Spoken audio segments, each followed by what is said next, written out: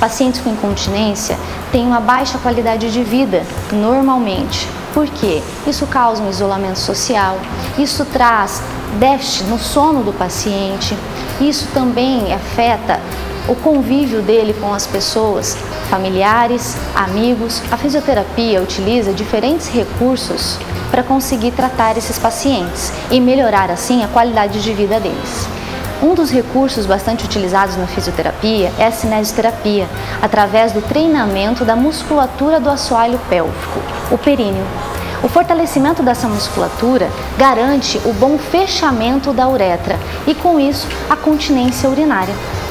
A fisioterapia, para esse tipo de tratamento, consegue utilizar cones vaginais, que são diferentes pesos divididos em 5 dispositivos plásticos que oferecem carga a essa musculatura, garantindo assim um melhor fortalecimento.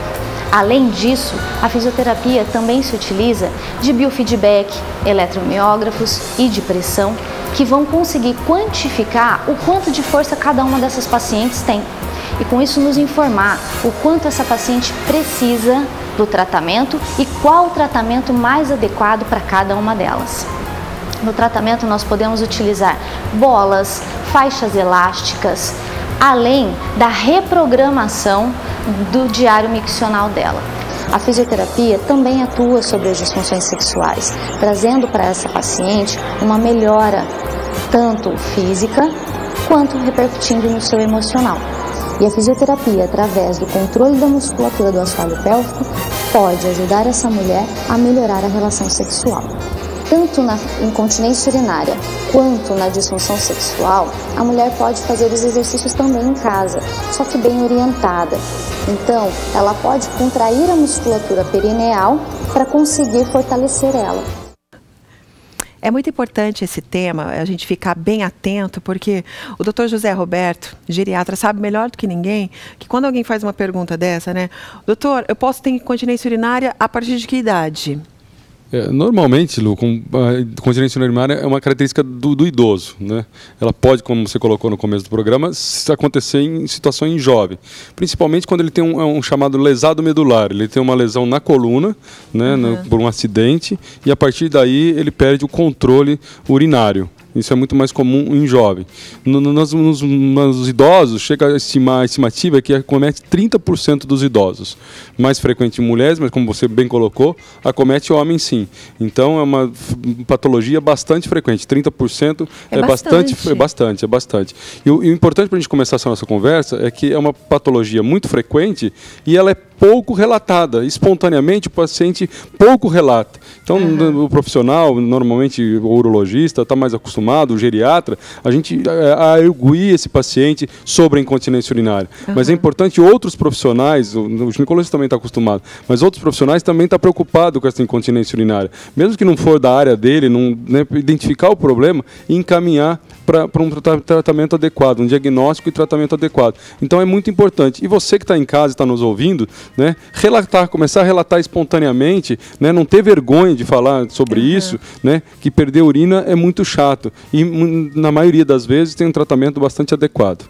Pois é, e até como bem colocou a fisioterapeuta Fernanda Sereninski, existem alguns recursos, né, que o fisioterapeuta pode ajudar nesse fortalecimento do músculo, né, para você não ter esse escape de urina, né, doutor? E isso é muito importante, ter um trabalho em conjunto com o fisioterapeuta para corrigir.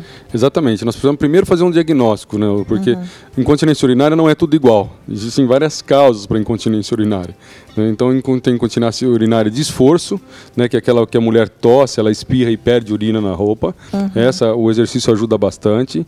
Tem uma incontinência que chama hiperatividade do destrusor. Destrusor é o nosso músculo da bexiga e esse músculo contrai involuntariamente. Tá certo? E aí existe a fisioterapia que também consegue ajudar com exercícios bastante eficazes e quando não só a fisioterapia, a utilização de medicação para diminuir a contratilidade involuntária desse músculo. Existe casos de incontinência urinária de esforço que tem que ser o tratamento cirúrgico, porque a fisioterapia muitas vezes não resolve, mas pode muitas vezes solucionar o quadro. E tem outras causas que, por exemplo, tem um problema prostático nos homens. Então, a remoção da próstata melhora a incontinência urinária e muitas vezes até resolve a incontinência urinária. O importante, Lu, só a gente entender, que a gente falou de próstata, chega um momento que se a gente postergar muito isso, a bexiga sofre um dano que é irreversível. E aí, mesmo retirando a próstata, né, a gente não consegue mais melhorar essa contratilidade desse músculo. E aí eu posso ter uma incontinência urinária definitiva. Olha só.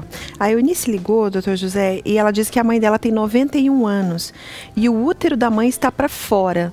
Neste caso, qual é a relação do útero para fora com a incontinência urinária? Opa, bacana a pergunta, né? Assim, por muito tempo acreditou-se, não só de útero, mas de bexiga, tal da bexiga caída, que isso tinha uma relação direta com a incontinência urinária. Isso não é verdade. Hoje sabe-se que tem várias mulheres que têm o útero, né, que é o uterocele, ou a cistocele, que é a bexiga para fora, a bexiga caída, e não tem incontinência urinária. E tem outras mulheres que não têm o útero nem a bexiga caída e têm incontinência urinária. Então, não necessariamente porque ela tem o útero para fora que ela vai ter incontinência urinária. Tem que fazer cirurgia, no caso? No caso de 91 anos, tem que pesar muito, né, na balança os riscos e o benefício. Às vezes tem prolapso uterino, que é o grau 3, que é completamente para fora esse útero. E aí faz lesão, esse útero fica raspando e tudo mais, e aí faz lesão, a cirurgia estaria indicada. Mas teria que pesar muito na balança com 91 anos o risco e o benefício. Entendi. Bom, de qualquer forma, você vai ver agora algumas dicas da fisioterapeuta Fernanda Sereninski com relação à incontinência no que diz respeito às dicas caseiras. São exercícios que você pode fazer na sua casa como prevenção, não é como tratamento, é como prevenção. Certo? Alguns exercícios ninguém nem está vendo. E alguns talvez ela vá mostrar isso. Exatamente. Vamos ver? Olha aí. A princípio, de uma forma bastante simplificada, para que a mulher possa em casa entender o que é essa contração, é a força que ela faz para segurar o xixi. Então, prender o jato miccional. Essa força de contração, onde a musculatura do assoalho pélvico da pelve eleva, é a contração correta do períneo. Contrair o períneo, que é uma sensação de elevação da musculatura que fica entre a região do canal vaginal e do ânus, de forma repetida. Como? Ela pode fazer isso em séries, como a gente faz em qualquer outro exercício. Então ela pode fazer, por exemplo, 3 séries de 10. Porém, se ela não tiver força suficiente para fazer isso, ela pode diminuir o número de repetições ou o número de séries que ela vai fazer de cada um. Interessante isso, né? Fazer em casa, ninguém tá vendo, só você, né, doutor? Exatamente, Simples. Né? Todo mundo que estiver ouvindo agora pode estar tentando, né, na verdade, fazer a contração desse períneo, né? Imaginar que a gente está contraindo a musculatura do períneo e ninguém está vendo. Eu posso estar fazendo agora e ninguém está sabendo. Exatamente. E essa mesma contração que a mulher faz, o homem também faz, de segurar o xixi? É. Na verdade, pode fazer a contração do esfíncter anal. Quando a gente está fazendo a contração do esfíncter anal, né, tentando fechar o esfíncter anal, a gente está fazendo a contração dessa musculatura e elevando o períneo. Fortalece e evita a incontinência urinária. Diminui bastante a chance de incontinência urinária. Fefe, passa de novo para mim a pergunta da Edna. Edna tem 66 anos e ela fez levantamento de bexiga faz 18 anos. Só que desde que ela fez, ela continua com a incontinência. Por quê, doutor? Na verdade, há 18 anos atrás não usava uma técnica que se usa hoje. Né? Então, na verdade, era comum até, ela continuou com incontinência, mas era comum resolver o problema da incontinência e depois de alguns anos, normalmente em 10 anos, voltar essa incontinência, porque a técnica mudou hoje e a técnica hoje reforça o assoalho e melhora o assoalho seria o quê? A base do períneo. Períneo é aquele local nas mulheres entre a vagina e o ânus, tá certo? Então, na verdade, aquele assoalho, e aí reforça esse assoalho. Então, antigamente só se levantava a bexiga, e aí vem aquela pergunta anterior, né, da bexiga, do útero caída, e mostrando que não resolvia muitas vezes porque não fazia o reforço do assoalho. Então a fisioterapia, como foi mostrado agora há pouco, tenta melhorar esse assoalho e quando não resolve, o cirúrgico reforça esse assoalho. Então a cirurgia é chamada de cirurgia de sling hoje. Então, na verdade, a técnica utilizada há 18 anos não era tão eficaz quanto a de hoje e a maioria dos pacientes voltava a ter incontinência. O que a Edna tem que fazer? Outra cirurgia? Procurar novamente um médico ginecologista, né? Aí o ginecologista vai orientar se a fisioterapia pode tentar resolver ou se direto para a cirurgia, né? Entendi. Com 66 anos. Opa, perfeito. Tranquilo, né? É jovem, né? Tá jovem, né? Quanto antes, melhor. Porque como a própria fisioterapeuta disse no começo do programa, a incontinência urinária é uma coisa chata. A gente deixa de sair de casa socialmente, faz um isolamento social por causa da incontinência urinária com medo de perder a urina em público.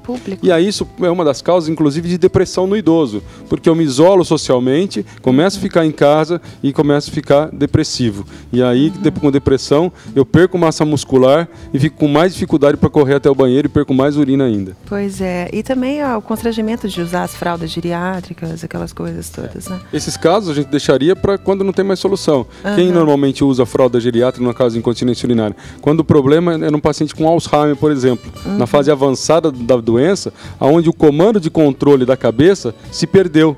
Então o problema não está lá no trato urinário que a gente fala, gênito urinário. O problema está no comando aqui na cabeça. E aí, infelizmente, vai ter que usar fralda porque perdeu o controle. Pois é.